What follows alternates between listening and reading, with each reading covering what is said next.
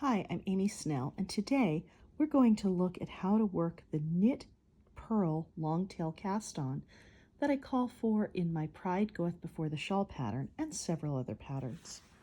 First, of course, we'll be bending our yarn over with a tail that's about 3 times the length of our desired cast on edge. Once we've folded our yarn, just put our thumb and forefinger in the middle there, spread them apart, and I'm going to hold the rest of the yarn with my other 2 fingers. Now you're going to want to put a first stitch onto the knitting needle, and I do that just by twisting the yarn around the knitting needle. I'll show that again. I bring it in here between the thumb and forefinger, and then I just twist it. If you prefer a slip knot, you can absolutely do a slip knot there instead. Once I have that, I'm going to put my finger on that first stitch and just pull it back here. Now we're in what's called the slingshot position. From here, let's review the original long tail cast on. To do this, I bring the tip of my needle past both yarns that are wrapped around my thumb. Then I bring it up through this loop formed around my thumb. I can even just bring the tip of the needle up along my thumb if it helps you to think of it that way. Then I bring the tip of the needle across the first yarn around my finger, down, and grab that yarn.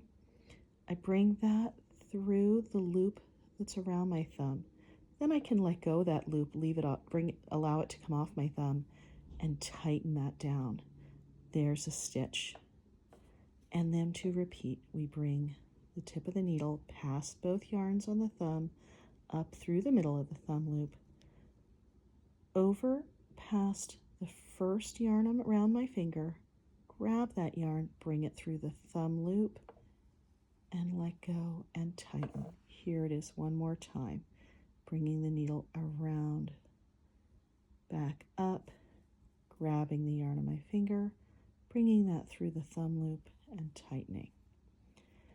That creates a knit stitch, and you can see if I pull this down how that base there forms the typical knit stitch. If I want to create a purl stitch, I'm going to do everything the opposite. Instead of coming toward my thumb, I'm going to go past my index finger, past both yarns on my index finger, and then up through the loop around my index finger. Now I'm going to come back to grab this yarn, this near yarn around my thumb by going under it and now up. You can see that that yarn is now crossing over the needle, and I'm bringing the needle back down through the loop around my index finger, which I now let go of and can tighten. This has formed a purl bump at the base of my stitch. To continue to make more purl stitches, I bring the needle past both yarns on my finger, up through the middle of that loop. I duck it down again under the first thumb yarn, allow that to wrap around, and bring my needle back down into that finger loop. I drop it off and I tighten. Let's see that one more time. Past both finger yarns, up the middle, down again, grab the thumb yarn, go back down the index finger loop, and tighten. To make the knit purl cast on, I'm just going to alternate making a knit by going back to the thumb loop and up, grab the index finger yarn and tighten.